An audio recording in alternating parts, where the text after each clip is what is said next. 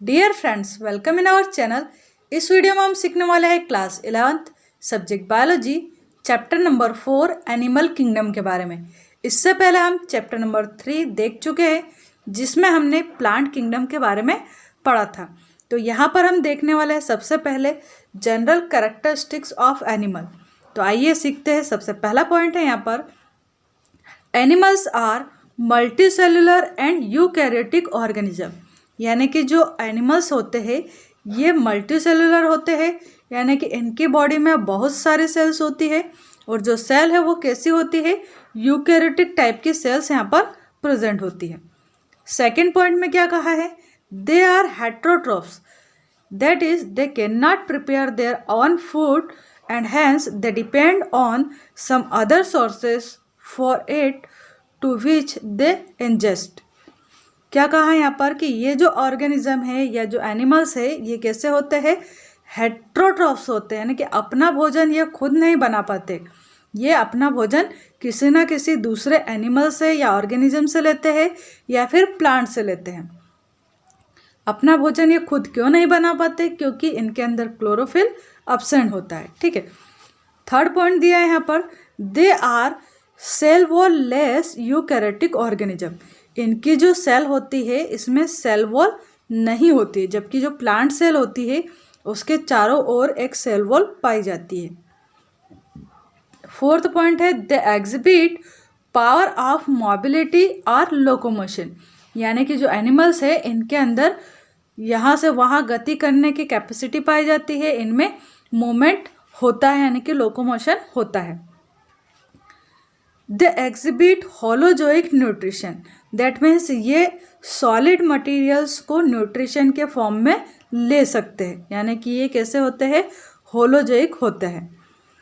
They possess a peculiar sensory और nerve system to receive the stimuli.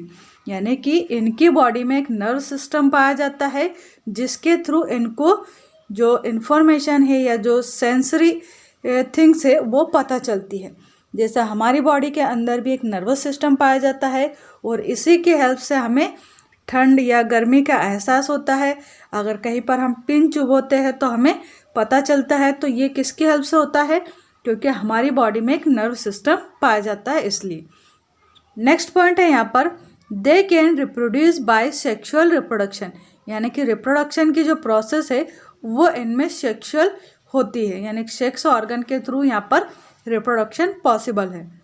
Eighth point दिया है, दे beer specific excretory organ. जो animals है इनकी बॉडी में एक स्पेसिफिक टाइप का एक्सक्रेटरी ऑर्गन पाया जाता है जिसकी हेल्प से ये वेस्ट जो मटेरियल होते हैं उनको बाहर निकाल पाते हैं।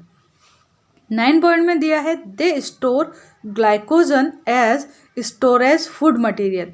यानी कि जो फूड मटेरियल है उसको ये ग्लाइकोजन के फॉर्म में अपनी बॉडी में स्टोर कर लेते हैं। जो भी एक्स्ट्रा फूड होता है उसे एनिमल्स अपनी बॉडी में ग्लाइकोजन के फॉर्म में स्टोर कर लेते हैं और जब भी बाद में इनको भोजन की ज़रूरत पड़ती है, जब भोजन अवेलेबल नहीं होता है, तब ये ग्लाइकोजन को फिर छोटे छोटे पार्टिकल में तोड़ के यानी कि ग्लूकोज में कन्वर्ट करके एनर्जी ले लेते हैं।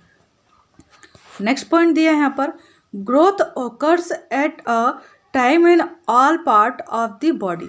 यानी कि एक ही समय पर बॉडी के लगभग सभी पार्ट में यहाँ पर ग्रोथ पाई जाती है, यानी कि जो पूरी बॉडी है वो इनकी एक साथ ग्रो करती है। ठीक, तो इस टाइप से ये देखें हमने यहाँ पर 10 पॉइंट्स यानी 10 कैरेक्टरिस्टिक्स ऑफ एनिमल्स। यहाँ पर देखने वाले हम क्लासिफिकेशन ऑफ एनिमल्स। तो जो एनिमल्स है इनको 2 सब किंगडम्स में डिवाइड किया गया है। कौन कौन से है वो, फर्स्ट सब किंगडम है यहाँ पर नॉन कोऑर्डेटा और सेकंड है कोऑर्डेटा। अब कोऑर्डेटा और नॉन कोऑर्डेटा क्या होते हैं, तो ऐसे एनिमल्स जिनकी बॉडी में पीछे बैकबोन पाई जाती है, यानी कि जो रीढ़ की हड्डी है वो पाई जाती है, उन्हें कहा जाता है कोऑर्डेटा। ठीक है, जैसे हमारी बॉडी के अंदर पीछे के साइड एक बड़ी सी हड्डी पाई जाती है जिसे हम रीढ़ की हड्डी बोलते हैं, जिसे बैकबोन भी कहा जाता है। जो कि हमारी बॉडी को एकदम सीधा बैठने में या सीधा खड़े होने में सहायता करती है, ठीक है। तो ऐसे ऑर्गेनिज्म या ऐसे एनिमल्स जिनमें बैकबोन पाई जाती है उन्हें कोर्डेटा कहा जाता है, और जिनमें नहीं पाई जाती उन्हें नॉन कोर्डेटा कहा जाता है। अब जो नॉन कोर्डेटा एनिमल्स है इनको अलग अलग 10 फाइलम में डिवाइड किया गया है। कौन कौन सा फाइलम है वो, तो यहाँ पर दे रखे हैं। फर्स्ट फाइलम है प्रोटोजोआ, सेकेंड है पोरीफेरा, थर्ड है यहाँ पर सिलेंट्रेटा, फोर्थ है प्लेटीहेल्मिन्थेस, फिफ्थ है निमेटोडा, और सिक्स है यहाँ पर एनेलिडा, सेवन्थ है यहाँ पर मोलस्का, 8th नंबर पे है यहाँ पर आर्थ्रोपोडा, 9 वाला है यहाँ पर इकाइनोडर्मेटा, और 10th वाला जो फाइलम है वो है हेमिकोर्डेटा, ठीक है।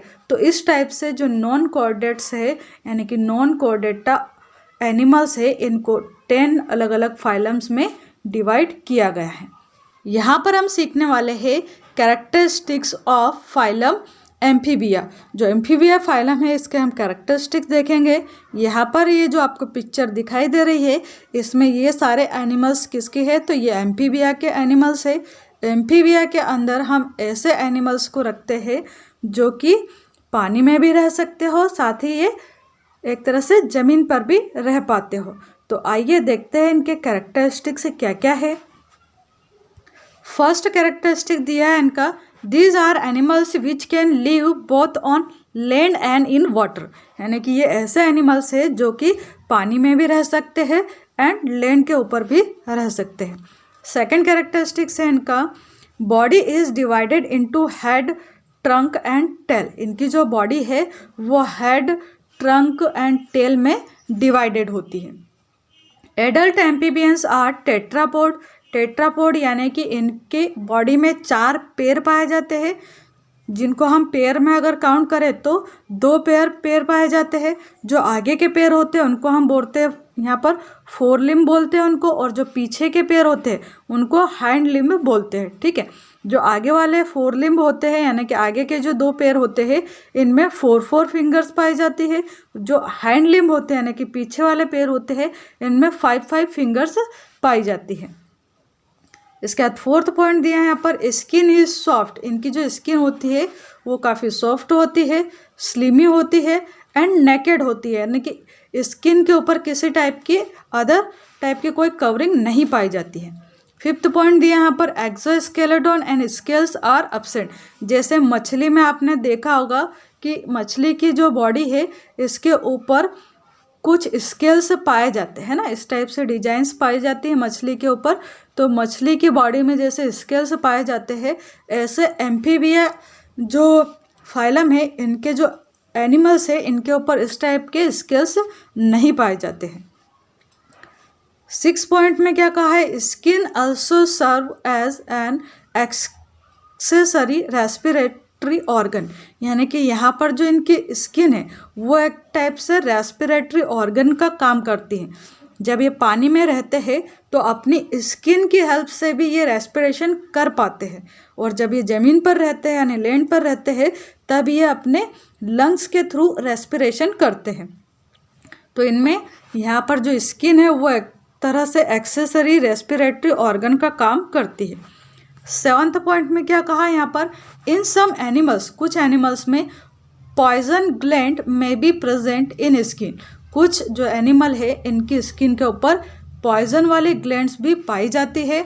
साथ ही इनकी स्किन के ऊपर क्रोमेटोफोर्स पाए जाते हैं, मीन्स अलग अलग टाइप के पिगमेंट ग्लैंड्स पाए जाते हैं, जिससे कि जैसे मेंढक के ऊपर उसकी जो बॉडी है इस पर अलग अलग ऐसे चत्थे बने हुए रहते हैं यानी कि डिज़ाइन बनी हुई रहती है ना, कुछ स्पॉट्स पाए जाते हैं। तो इनकी स्किन के ऊपर पिगमेंट्स पाए जाते हैं, और ये जो पिगमेंट है ये किसके कारण होते हैं, तो इनकी बॉडी के ऊपर पिगमेंट ग्लैंड होती है इसके कारण बनते हैं। 8th पॉइंट में क्या कहा है यहाँ पर, एंडोस्केलेटन इज बोनी। यानी कि इनकी बॉडी के अंदर हड्डियाँ पाई जाती है, बोन्स पाई जाती है। इनका जो अंदर का स्केलेटन है वो कैसा होता है, बोनी होता है, यानी कि हड्डियों से बना हुआ होता है। साथ ही इनका जो स्कल है वो कैसा होता है, तो डाइकोनडाइलिक होता है, यानी कि उसमें 2 बोन्स रहती है। ठीक है, जो स्कल है वो कैसा रहता है, डाइकोनडाइलिक होता है, यानी कि 2 बोन इसमें बड़ी वाली बोन्स प्रेजेंट होती है। 9th नंबर पॉइंट है यहाँ पर, eyes are provide with movable eyelid. इनकी जो आइज होती है वो कैसी होती है, मूवेबल होती है, यानी कि इधर उधर ये अपनी आइज को घुमा सकते हैं। 10th नंबर पॉइंट में क्या कहा है यहाँ पर, ear consist of an outer membrane known as tympanum. इनके जो है वो कान नहीं होते, कान के स्थान पर एक छोटी सी ऐसे मेम्ब्रेन पाई जाती है जिसे क्या कहा जाता है, टिम्पेनम कहा जाता है, और इसी की हेल्प से ये हियरिंग का काम करते हैं। इसके बाद नेक्स्ट पॉइंट देखते हैं, यहाँ पर जो रेस्पिरेशन है वो पाया जाता है, किसकी हेल्प से रेस्पिरेशन करते हैं, ये 11th पॉइंट में कहा है इसमें कि इनके अंदर गिल्स भी पाए जाते हैं, लंग्स भी पाए जाते हैं और स्किन भी पाई जाती है, यानी कि गिल्स, लंग्स एंड स्किन तीनों की हेल्प से ये यहाँ पर रेस्पिरेशन कर सकते हैं। इसके अलावा ये इनके पास बकल कैविटी जो रहती है इससे भी ये रेस्पिरेशन कर सकते हैं। Gills are generally found in larva form but it is persist in some amphibians to adult stages also। जब एम्फीबिया जो एनिमल्स है ये लार्वा स्टेज में होते हैं, यानी कि बहुत छोटे होते हैं, तब इनके अंदर गिल्स पाए जाते हैं, और जब ये थोड़े एडल्ट हो जाते हैं तब इनके अंदर टिम्पेनम पाया जाता है। ठीक है, बट कुछ एम्फीबियंस ऐसे हैं जिनके अंदर एडल्ट होने पर भी इनके अंदर क्या पाए जाते हैं, गिल्स पाए जाते हैं, और गिल्स की हेल्प से ही ये क्या करते हैं, तो ये रेस्पिरेशन कर सकते हैं। नेक्स्ट पॉइंट में कहा यहाँ पर, हार्ट इज 3 चैम्बर्ड। इनका जो हार्ट है वो 3 चैम्बर में डिवाइड होता है। जैसे यहाँ पर ये 3 टाइप के ऐसे चैम्बर्स होते हैं। ऊपर के जो है ये आर्टिकल्स कहलाते हैं, यहाँ पर क्या कहते हैं, इनको आर्टिकल्स कहते हैं, और 2 आर्टिकल होते हैं इसमें, और एक जो है यहाँ पर वेंट्रिकल होता है। ठीक है, तो इस टाइप से इनका जो हार्ट है वो 3 चैम्बर्ड होता है, जबकि ह्यूमन बींग का जो हार्ट है वो 4 चैम्बर्ड होता है। तो इनमें 2 आर्टिकल होते हैं और एक वेंट्रिकल होता है। ठीक है, इसके अलावा इनकी जो आरबीसी होती है वो न्यूक्लियस वाली होती है, यानी कि इनकी आरबीसी के अंदर न्यूक्लियस पाया जाता है, न्यूक्लिएट होती है वो, जबकि ह्यूमन बीइंग की जो आरबीसी है उसमें न्यूक्लियस एब्सेंट होता है। In tadpole stage the heart is 2 chamber. जब जो एम्फीबियन है ये जब टेडपोल स्टेज में होते हैं, यानी कि छोटी स्टेज में होते हैं, तब इनकी बॉडी में जो हार्ट रहता है वो 2 चैम्बर्ड होता है, और बाद में ये फिर 3 चैम्बर में डिवाइड हो जाता है। 13 पॉइंट कहा है कि kidney is mesonephric and uricotelic, यानी कि इनकी जो किडनी है वो मीजोनेफ्रिक होती है और यूरिकोटेलिक होती है, यानी कि यहाँ पर यूरिया का फॉर्मेशन होता है। 14 पॉइंट में यहाँ पर कहा है कि cranial nerves are 10 in number. जो इनकी बॉडी होती है जिसमें कि इनका जो हेड होता है, यानी कि जो सिर वाला पार्ट है, सिर में पीछे की ओर यहाँ पर इनके क्रेनियल नर्व्स पाई जाती है, और ये नर्व्स कितने नंबर में होती है, तो 10 नंबर में पाई जाती है, यानी कि 10 इनमें क्रेनियल नर्व्स पाई जाती है। 15 पॉइंट में कहा है एनिमल्स आर कोल्ड ब्लडेड। ये जो एनिमल्स है ये कोल्ड ब्लडेड होते हैं, यानी कि जो नेचर है या एटमॉस्फेयर है इसके अकॉर्डिंग ये अपने बॉडी का जो टेम्परेचर है उसको इंक्रीज या डिक्रीज नहीं कर पाते हैं। इनका जो ब्लड है वो थोड़ा कोल्ड होता है, और इसे क्या कहा जाता है कि ये कैसे होते हैं, इनको कहा जाता है कि ये पॉइकिलोथर्मिक होते हैं। कैसे होते हैं, पॉइकिलोथर्मिक होते हैं, यानी कि ये कोल्ड ब्लडेड एनिमल्स हैं।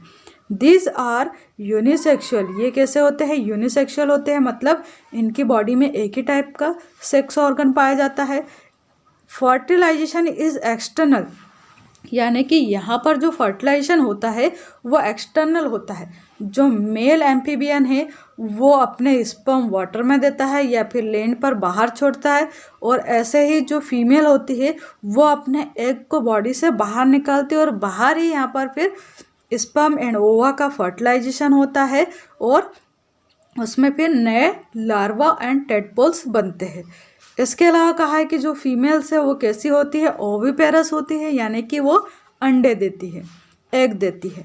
17 नंबर पॉइंट यहाँ पर क्या कहा है, डेवलपमेंट इज इनडायरेक्ट, इनकी जो बॉडी में डेवलपमेंट होता है वो इनडायरेक्ट डेवलपमेंट होता है।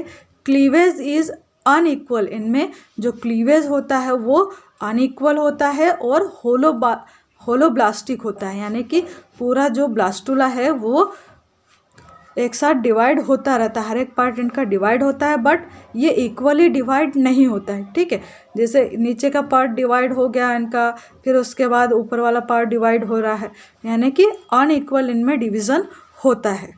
तो इस टाइप से हमने देखे यहाँ पर characteristics of amphibia. I hope आपको ये अंडरस्टैंड हुए होंगे।